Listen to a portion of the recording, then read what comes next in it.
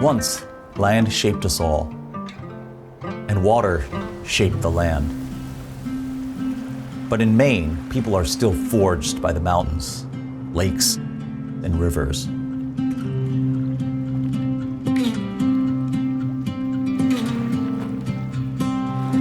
I'm National Geographic Explorer Kiliii Yüyan. I'm traveling from the lakes and mountains to mid-coast Maine to learn how it's all connected. Fly fishing has always been something I've wanted to learn.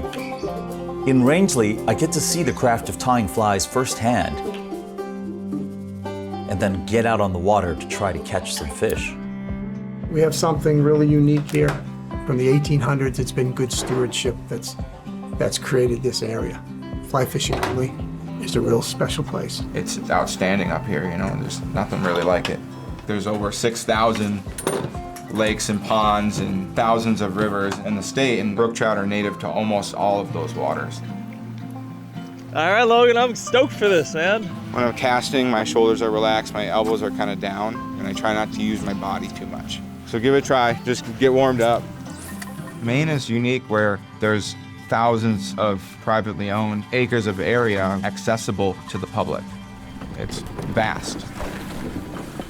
There's something just meditative about being on the water. Nice, dude. That's nice and smooth right there.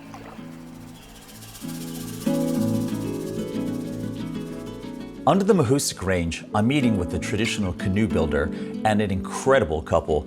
Kevin and Polly bring people out on the water, helping them connect to the wildlands. We have 10 people going on this trip. Wow. Yeah. We do instruction on the land, and then we put the boats in the water and do instruction on the water. Oh, he's a good girl. Yeah.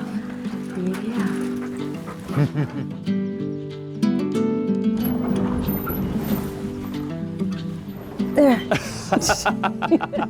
The first interstate highway system in Maine were the rivers. The native people could connect all these watersheds. They could travel from all along the coast to northern hunting areas. In Maine, we still have a lot of beautiful wild country that's undeveloped left, and we have borrowed a lot of the material culture, the canoe, paddles, from the first people of what we now call Maine, the Wabanaki. So many of our friends, their parents and grandparents hid the fact that they were indigenous. My parents did the same, you know, they hid their indigenous ancestry. I mean, I didn't even find out until I was 20. People are much more accepting and open to the knowledge, the values, and the gifts that indigenous culture can bring to ours. It makes me a little teary inside to hear that this is happening here as well, and beautiful. How did you originally make friends with Wabanaki? I actually did my student teaching over on the reserve. They wanted to work with someone that understood and respected their culture, but also had a long track record of, you know, doing guided canoe trips. We call them our Way of the Wabanaki trips, offering cultural canoe trips through their ancestral homelands.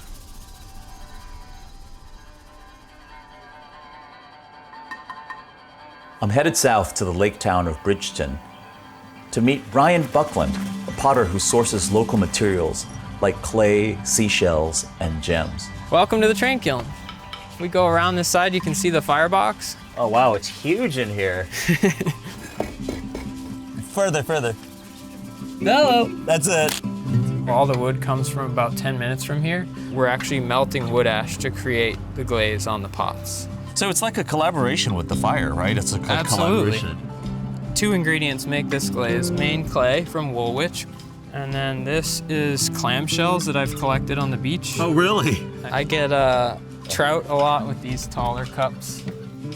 It's a nice community around here. There's other artists nearby, and we've got a lot to offer in Maine.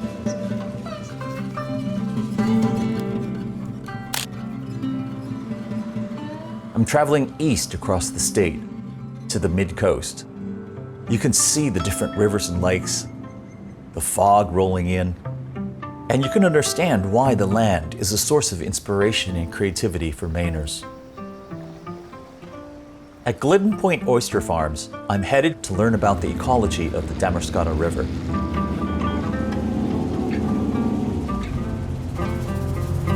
While we're all growing the same species, each farm is going to have a different flavor profile. Oh, look at these guys!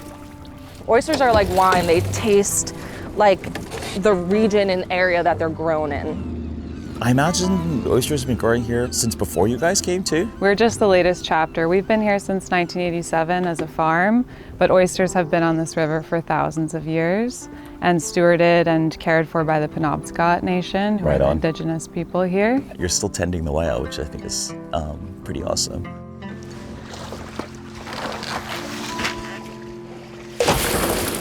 It's one of the most sustainable industries because we don't have to feed our product.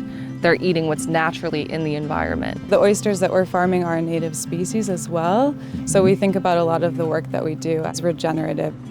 We really do provide this link between oysters and Maine waterways. We're here to show that oysters carry such a long history. All right, cheers! Cheers! Upriver, at the Whaleback Shell Middens Historic Site, ancient oyster shells were once piled 30 feet high. You can see the remnants, a reminder that rivers have been a source of life here for thousands of years.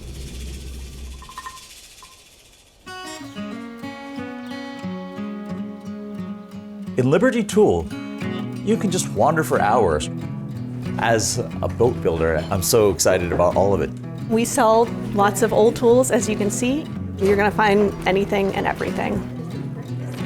Liberty is not too far from Belfast, so we're close to the ocean and we're close to a community of shipbuilders and carpenters, plumbers, electricians, woodworkers. This is a place they can find items that are useful.